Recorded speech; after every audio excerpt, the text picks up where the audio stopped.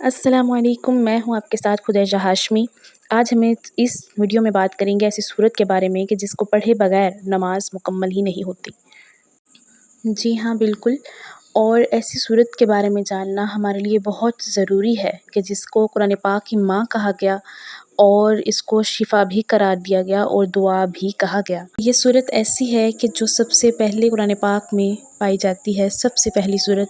तो बताती चलूँ कि वो एक ऐसी सूरत है जिसको हम रोज़ाना की बुनियाद पर पढ़ते हैं और एक बार भी नहीं, 2 बार भी नहीं, 5 मरतबा हम उसको रोज़ाना की बुनियाद पर पढ़ते हैं और उसमें बहुत सी ऐसी गलतियाँ होती हैं जो हम करते हैं। आज की इस वीडियो में हम उन गलतियों को ठीक करेंगे। इंशाअल्लाह हम आगे चल के इस सूरत को तजवीद के साथ पढ़ते हैं और देखते हैं कि कौन सी गलतियाँ हैं जो हम करते हैं। तो कुरान पाक की सबसे ज़्यादा पढ़ी जाने वाली सूरत कौन सी है? तो वो सूरह है सूरह अल-फातिहा।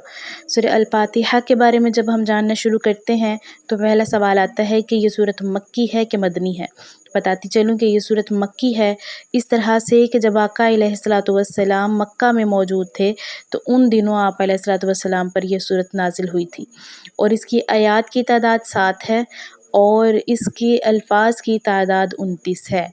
आगे चल के हम देखते हैं इसके हरूफ की तादाद उलमाए कराम ने जो कुरान पाक में लिखी है वो है 139।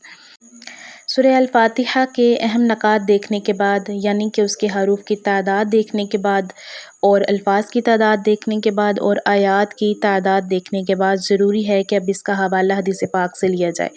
तो नबी करीम सल्लल्लाहु अलैहि वसल्लम ने फरमाया कि मुझे कसम है उस ज़ात मुबारका की जिसके कब्ज़े कुदरत में मेरी जान है कि अल्लाह ताला ने ना तो इस जैसी सूरत ज़बूर में और ना ही तौरात में और ना ही इंजील में नाज़िल फ़रमाई है और फरमाया कि ये ऐसी सूरत है कुरान अज़ीम की कि इस जैसी कोई और सूरत भी अल्लाह ताला ने कुरान पाक में नाज़िल नहीं फ़रमाई।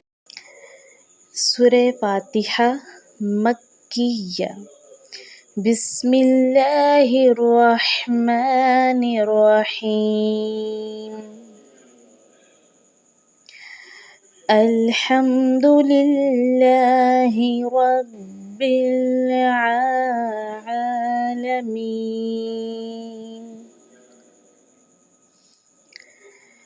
यहाँ पे हम देखेंगे अल्हम्दुलिल्लाहि, लिल्लाहि, लाम के नीचे ज़ेर है और लाम के नीचे ज़ेर होने पर अल्लाह का जो नाम है वो बारीक पढ़ा जाता है।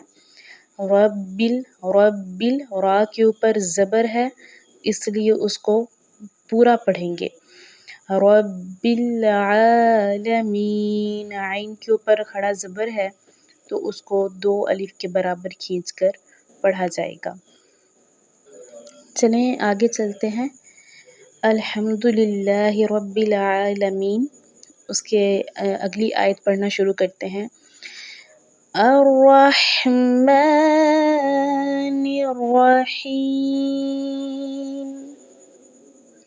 अर्रहमा, मीम के ऊपर खड़ा ज़बर है जैसे मैंने पहले बताया कि इसको थोड़ा खींचकर पढ़ा जाएगा।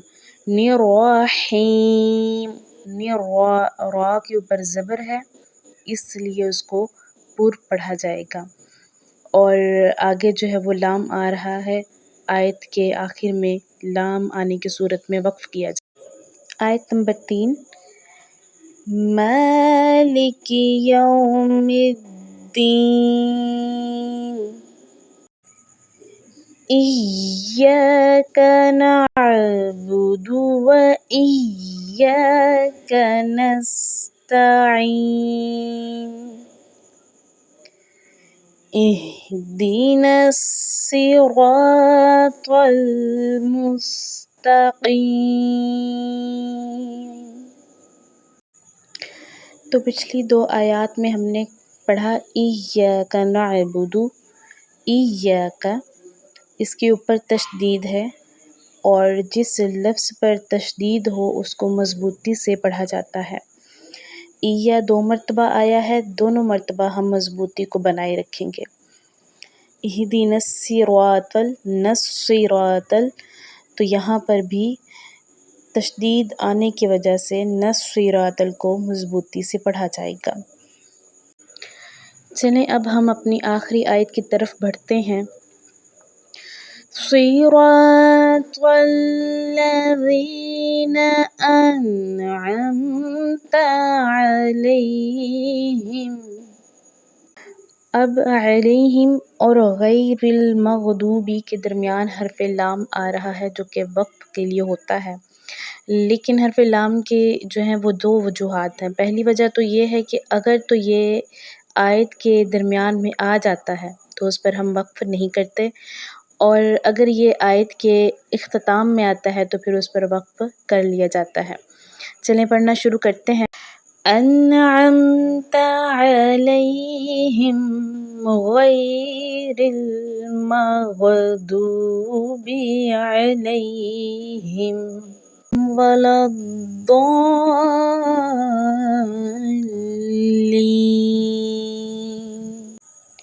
آمین۔ ہمارا آج کا لیسن سورہ فاتحہ کمپلیٹ ہو چکا ہے۔ انشاءاللہ ایسی مزید جو ہے وہ ویڈیوز ملتی رہیں گی، اس کے لیے ضروری ہے کہ آپ میرے چینل کے ساتھ بنے رہیں، میرے چینل کو سبسکرائب کریں، لائک کریں، شیئر کریں۔